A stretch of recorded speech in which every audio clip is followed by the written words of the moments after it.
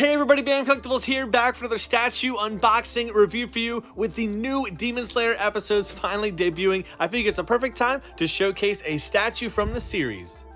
Before we showcase, I do have a small giveaway this video of Tadro in a minifigure in his final selection outfit. We did a giveaway a few weeks ago and nobody claimed it, so be sure to, if you are the winner, all you have to do is comment on the video, let me know your thoughts about the statue and also your excitement for the rest of the season. A little warning for those who are anime only, the characters showcased in today's statues are little spoilers for this season. Now, I won't spoil with any details, but you have been warned. This statue is made by Magic Cube Studio and comes in a scale of 1/6. On the bottom is some decorative symbols that we'll see on the main character featured in the statue, and on the back we have the AC adapter, and that red button is, of course, the on and off switch. The dum-dum lollipop looking items on top of the roof are actually going to be lanterns. They're casted in clear resin because they are going to be illuminating later with LEDs. In total, there are 3, and if we see on top of the roof also, there's tons of different notches and grooves for pieces to key into later. As with most statues, the smaller, fragile pieces were sculpted separately, so we'll see this plank of wood here. We also have another one here and a few other ones that we're going to key into later, but these are sculpted separately so they do not break while the statue is shipping. Here we have this awesome looking black and purple clear resin piece. They have a steel rod and the notch on the end. That steel rod allows it to not warp or bend over time, but an awesome looking piece. You have some textures going on more so on the black, and it's a lot smoother on the purple.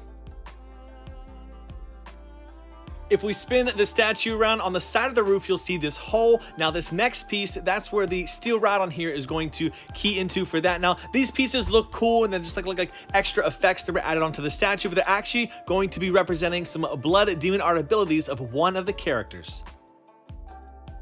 One of my favorite parts about Magic Cube Studios statues is the fact that they're so balanced. So you have a decent amount of diorama going on, some effect pieces, and obviously the characters always take front and center.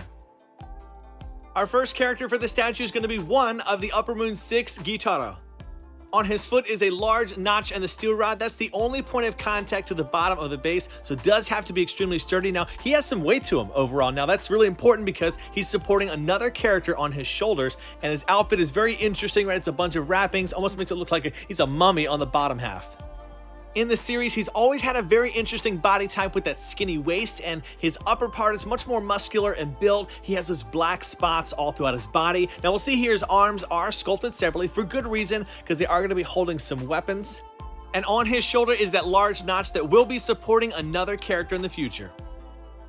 Crazy fact, I do believe he has slaughtered over 15 Hashira in his lifetime. I can't imagine saying about 15 amazing characters like that, but this is the last piece of the blood demon art ability that keys into the front of his kneecap.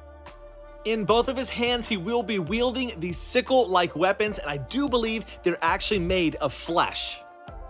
That is right, pretty disgusting, but I love the paint job that they did for this. We can see how the bottom is more refined, while the actual top portion looks like flesh is surrounding and creating it. Once we join together the arm with the main body, this wrapping does help hide that seam line, and it also does tie into some of the character's abilities. You'll also see a small notch up top. That is what keys into the top portion of the arm, so you do know you have it in the correct position. For this one, the wrapping does go on first, and you can just easily slide the arm into place. Now, a face that literally a mother could only love. Look at that mug. The hairline that goes around the whole head is really impressive. It's really clean, no paint leaks anywhere. And when we get to the actual face, it does capture his sadistic character and the nature of who he is. He also has that grin going for obviously being in the middle of a battle. With that installed, we'll go to the back side of the statue, install the other arm into place. First, we have the wrapping and a little bit different of a formation. And this one is a lot trickier to install compared to the first. One thing to note for this arm is you can get some paint rub over here when you install this ribbon. Now, what happens is you have to have it at a certain angle and a little bit of tension. You have to bend the wrapping, and if you bend it too much, That is right. Unfortunately, we did have a break. This is not common for statues that I showcase. I did fix it. I glued it all together, added a little bit of black paint to hide that. And I also did inform the owner of this statue, which I forgot to mention before. Thank you so much to Akshay, who allowed me to showcase the statue to everyone around the world. He's one of our Kage tier members on the channel, and I really appreciate it. Sorry about this, that it did occur. Unfortunately, it's extremely tricky to get this in. I wish they would have engineered this a little bit better.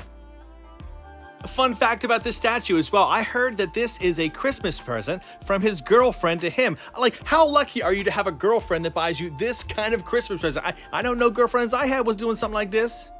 That sounds like a keeper if I've ever heard one. So now we have the second character on the statue, which is Daki. She has got some extremely high heels going on, and she is the second of the Upper Moon 6. I don't believe this is spoilerish, but I do recall that her clothes are actually not even actually clothes, and she somehow transforms her skin to look like she's wearing certain clothes. All throughout her body, she does have a bunch of holes in here because a lot of pieces and effects were sculpted separately for this one. And yes, to get the elephant out of the room, there is a little bit of fan service going on for not only her character, but this statue. Really cool engineering going on here, how she just fits right into his shoulder. We have these ribbons, are the first of a few pieces sculpted separately. They go on both the right and left sides of her outfit. And then for her arms, they were done differently. Like you don't normally see, they have the shoulder sculpted into it like this. Now, it makes sense with the outfit, the way that it kind of keys into place. It actually looks like it wasn't sculpted separately because there's no seam lines showing at all. The other arm is in a more odd, contorted pose with her wrists obviously being faced inward like that. There's also some magnets on the inside of these that help them to attach very easily. These two pieces of ribbons do go on the front of her outfit, kind of help complete and finalize everything that's going on. Now to go to all the notches on the back, these are large ribbon-looking pieces. They're actually extremely sharp and an extension of her skin again. They also have some more details that go into the effects of them, but I won't go into that with this statue review. Again, don't want to spoil too much going on. They all have these notches and steel rods that help it go into the back, of course, to stay secure because we don't want them to bend or warp over time. I'm curious, how many of you actually play the Demon Slayer fighting game that did come out? And also, who is your main character that you use most if you do? Extremely cool looking once you get everything installed, and I love how artistic and nice they look. If you didn't know or understand how deadly they were in the show, you'd probably appreciate them a little bit more. Just like the first head sculpt, Magic Cube does an amazing job. We have that notch on the bottom of the neck. Also, she has tons of pieces in her hair, little clips to hold things into place. And then also this large notch up top will hold some more hair that they did sculpt separately. And then getting to her face, here's a similar sadistic and evil look to her face. These two are no joke at all. It always amazes me how they make these statues look like they jumped right out of the anime. Here's that large piece that they sculpted separately. It amazes me how you can actually create something like this, package and ship it, and it doesn't break, right? A ton of fragile strands just flowing everywhere. But the way that Magic Cube does pack their statues, it's always impressive how it does come. Here's both of those pieces put together, and definitely one of the last pieces that you want to install on the statue. Speaking of which, I know my videos may be a little deceiving in how easy it is to put together statues, but this thing took me like 45 to 60 minutes to comfortably put everything together. To showcase the edition size, we have this metal plaque with a silhouette of Daki on the front. Also on the back is Magic Cube's studio's name and the actual edition size etched on the bottom. And it comes with this cool little acrylic stand where you can sit it on and off to the side. We also have the AC adapter plug here. It's a USB on one side and then the AC adapter on the other. But let's get this thing plugged in and take a look at the LEDs with the lights off.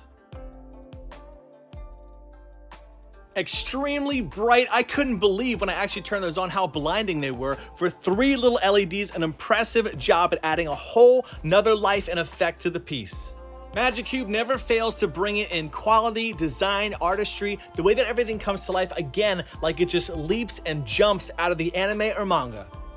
At this time, if you haven't already, please be sure to leave a like on the video and also comment for that giveaway and let me know what statue or character you'd love to see represented on this channel in the future. Thanks again, Akshay, for lending me this statue to share with everybody. As always, I will see you in the next video, everyone. Do what you love and love what you do. Bam out.